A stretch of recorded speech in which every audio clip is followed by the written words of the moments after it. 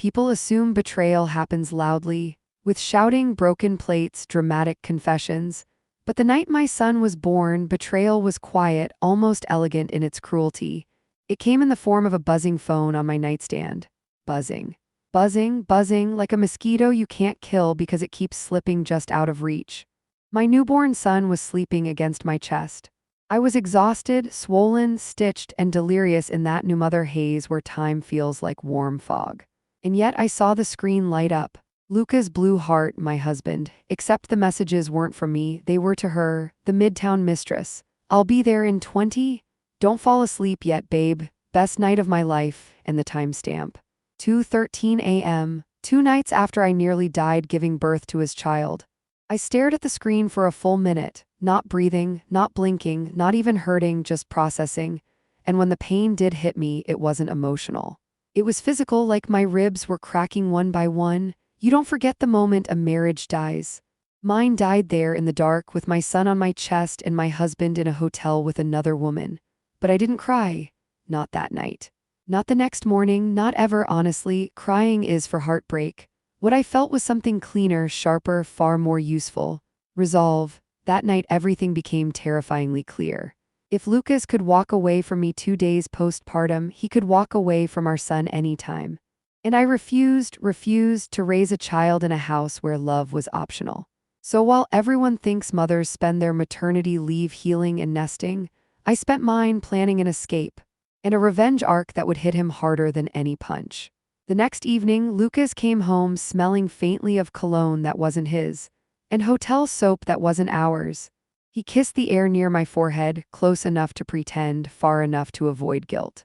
"How's my little guy?" he asked, lifting our son with the confidence of a man who believed fatherhood was an accessory, not a responsibility.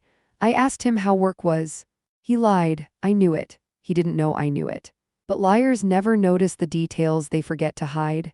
The missing tie, the mismatched socks, the receipt for a Midtown parking garage, the nervous way he checked his phone every 5 minutes. For 2 weeks, I watched him unravel. Not because he loved her, because he loved the thrill, the secrecy, the attention, the escape from responsibility. Men like Lucas don't cheat because they're unhappy. They cheat because the opportunity is there.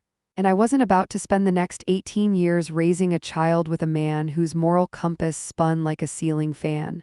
So I made a choice. If he wanted a double life, I would show him how quickly a single life can disappear. Time 1:48 a.m. Baby, asleep. Apartment, silent. My decision, final. I strapped my son into his carrier, packed only essentials, and quietly moved through the apartment that had once felt like home and now felt like a crime scene. Then I logged into Lucas's MacBook. He was sloppy. He never logged out of anything. What I found wasn't just cheating. It was a pattern. Hotel bookings under false names, Venmo payments labeled pizza, but timed perfectly with their meetings, Google searches like, "Do mistresses get custody?" And how to know if a baby is yours, that one hit me like a slap. My C-section scar was still healing, and this man was Googling whether our child was biologically his. But instead of crying, I copied everything, screenshots, call logs, emails, photos, and uploaded it to secure cloud folders. Then I opened a document titled Statement, Emergency Custody Petition.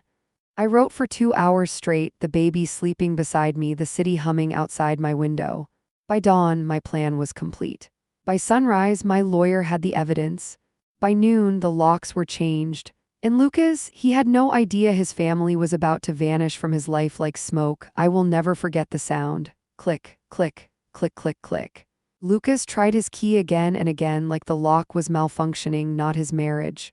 "Hello," he called through the door. "Babes, you in there?" Then he tried the second key, and the third. Finally he knocked, then pounded. Then shouted my name. But I wasn't there. He pressed his face against the living room window, trying to see inside. That's when he saw it.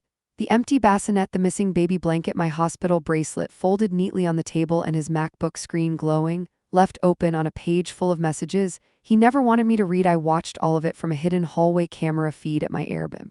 The look on his face, shock, panic, fear, and then something darker, realization. He didn't lose his wife. He lost his control. He called me 38 times that night, then texted, "Where are you? This isn't funny. Did you take the baby? Come home now. Don't do this.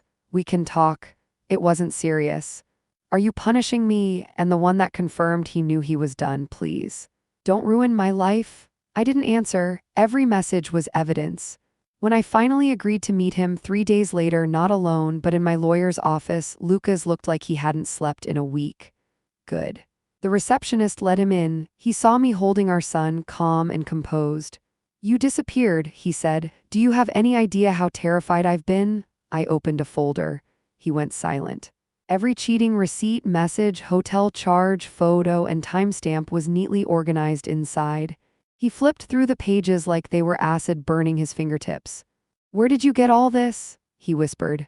Your MacBook, I said. Thank you for staying logged in. He swallowed hard. My lawyer jumped in. We're filing for full custody, supervised visitation, maximum support, and temporary restraining measures. Lucas stood up so fast the chair slammed back. You can't take my son? I looked him dead in the eyes. You abandoned him before he could crawl. I'm just documenting it.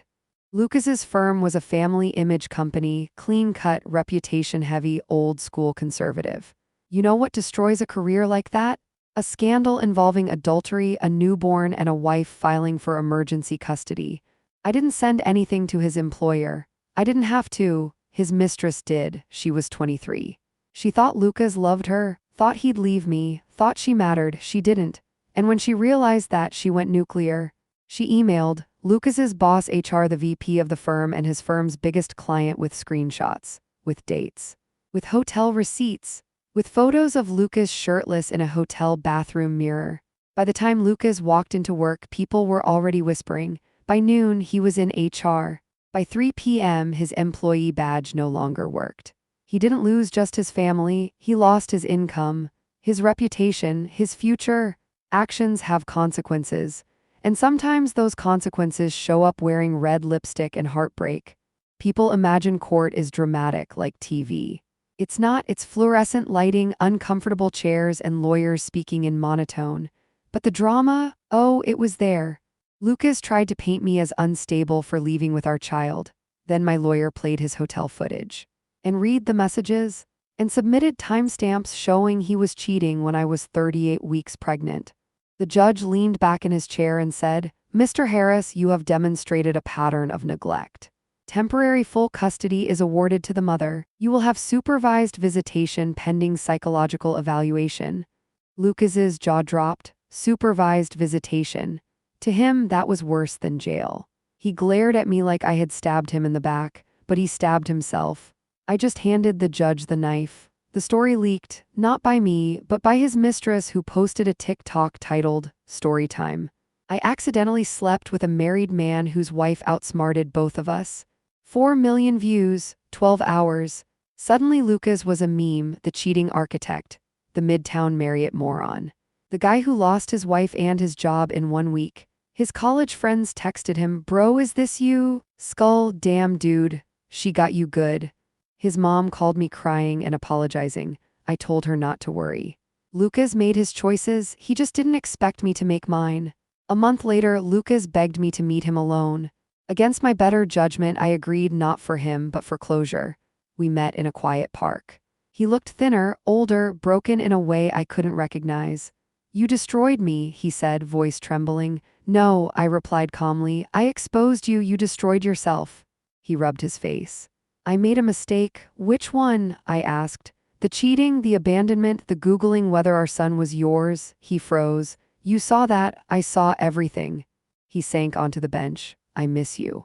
I miss our family. You miss your stability, I corrected. Your convenience, your safety net. He didn't deny it. After a long silence, he whispered, Can I ever earn your forgiveness? I stood, holding my son. You're asking the wrong question, Lucas. He frowned. What do you mean? The right question is, can you become a man your son would be proud of? He looked away, eyes glassy. I walked off without saying goodbye. You don't need a dramatic ending when the truth is already devastating. People assume revenge leaves you feeling vindictive. It doesn't. It leaves you feeling light, safe, in control of your future, free from the weight of pretending. My new apartment is small but peaceful. My son sleeps softly beside me. I have my dignity, my independence, my sanity, and a locked evidence vault that ensures my ex-husband will never again weaponize my silence. As for Lucas, he sees our son at a supervised center twice a month. He shows up on time, hands shaking, trying his best. Maybe he'll become better, maybe he won't. That's not my responsibility anymore. My only job now is to raise my son in a home where love is real, respect is non-negotiable, and betrayal is not normalized. He deserves that. And so do I. The night I vanished wasn't an escape. It was a rebirth, not for him, for me. And when Lucas pressed his face to that window and saw the emptiness inside, he wasn't looking at what he lost. He was looking at what I finally gained, my freedom, my future, and a life where he has no power left to break.